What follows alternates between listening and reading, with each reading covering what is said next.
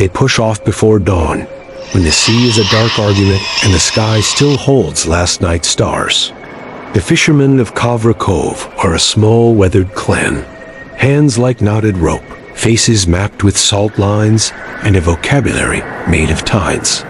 Their boats are war reliquaries, or nets are folded like liturgies. For generations they traded in fish and rumor, but lately their ledgers record an otherworldly constant daily encounters with creatures they call mermaids, though no single word fits what sits in the swell. Each account shifts. One fisher speaks of shimmering bodies moving like woven glass. Another insists on teeth, jagged as coral, that gleam when the sun hits them. Some report webbed palms, others delicate fingers that trace the boat as if reading Braille. They tell these stories in the same steady tone used to discuss a lost line or a torn sail, plain, precise, unromantic. There is no theater in their telling, only the economy of survival and the slow accumulation of unsettled evidence. A morning begins with coffee boiled over a small flame, the smell sharp in the chill.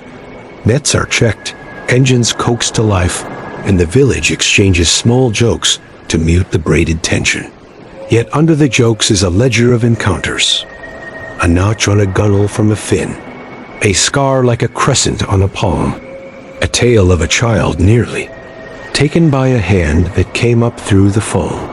They leave small offerings at sea, tins of bread, a ring tossed where currents meet, rituals that bridge superstition and desperation, practical acts meant to mark boundaries and pay small respects.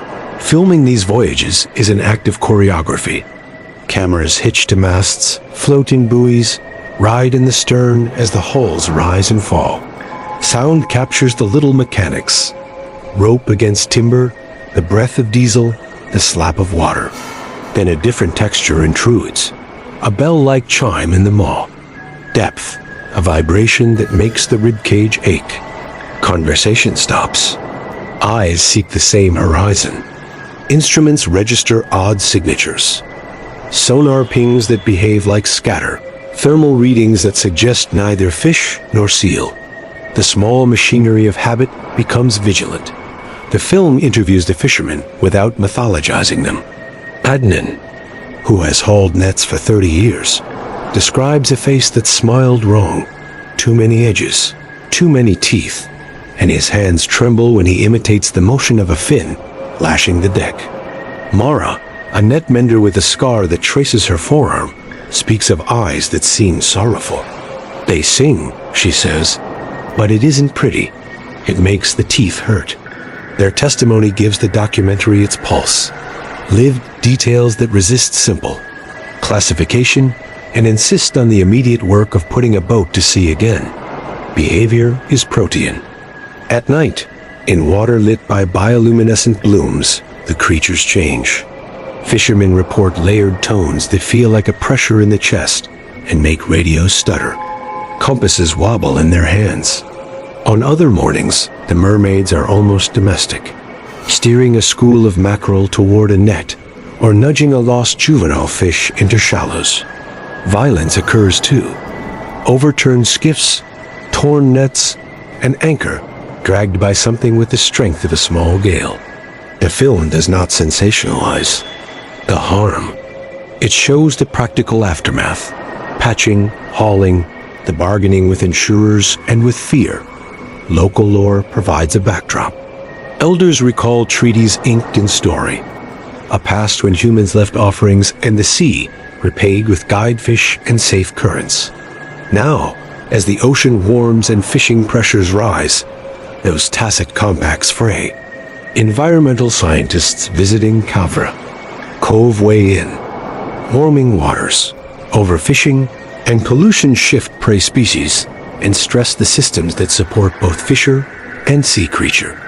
In this light, the encounter is read as a language of consequence rather than mere menace.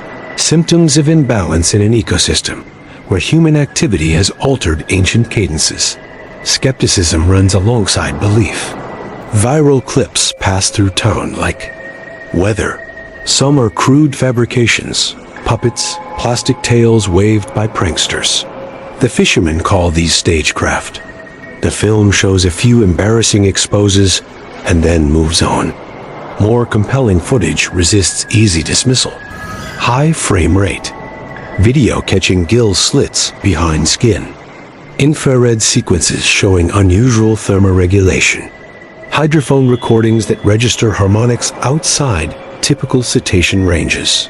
Still, even with evidence, the narrative resists a single lodestone of proof. Fragmentary science and stubborn. Testimony find themselves in uneasy conversation. One sustained arc follows the crew of the Nala, a small boat whose season of encounters reads like a ledger of calibration. On one morning at first light, two creatures surround the vessel in a dance 20 minutes long.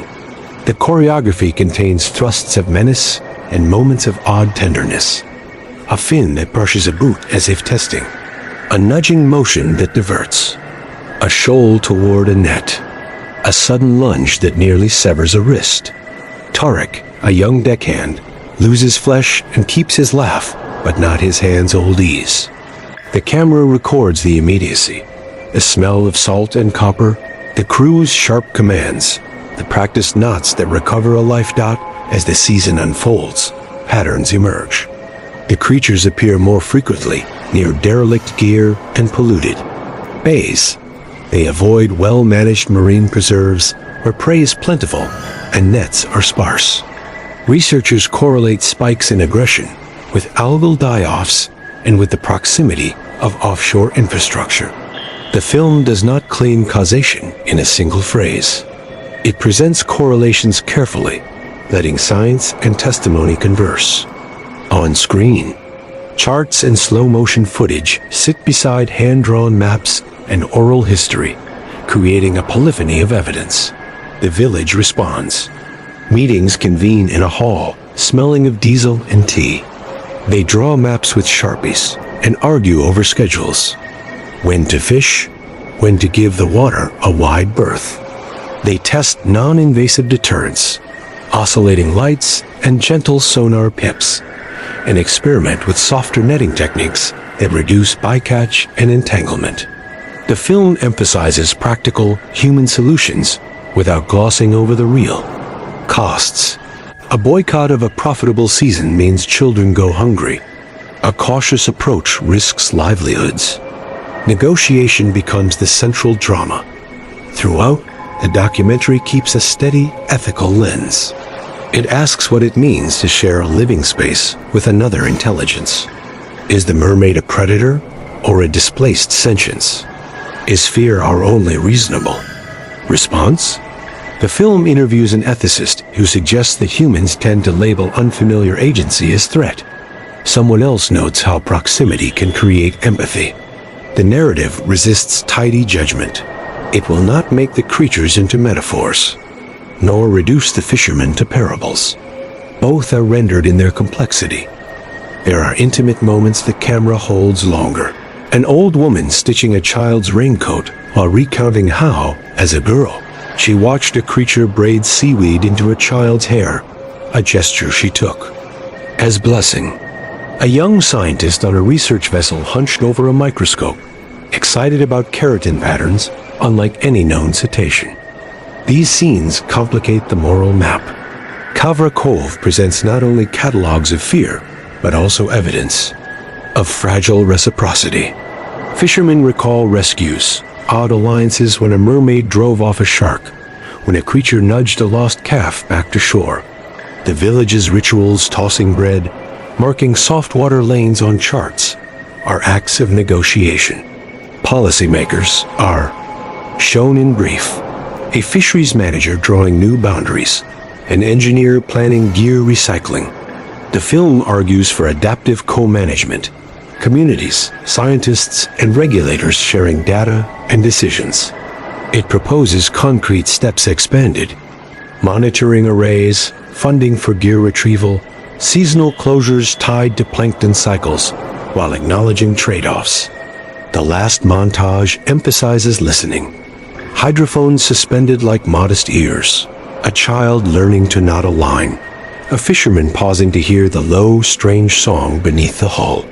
The final title card reads not with certainty, but with a summons. Pay attention. The sea is speaking, and if we keep fishing without hearing, we may lose both story and sustenance. It asks us to change how we live with the sea.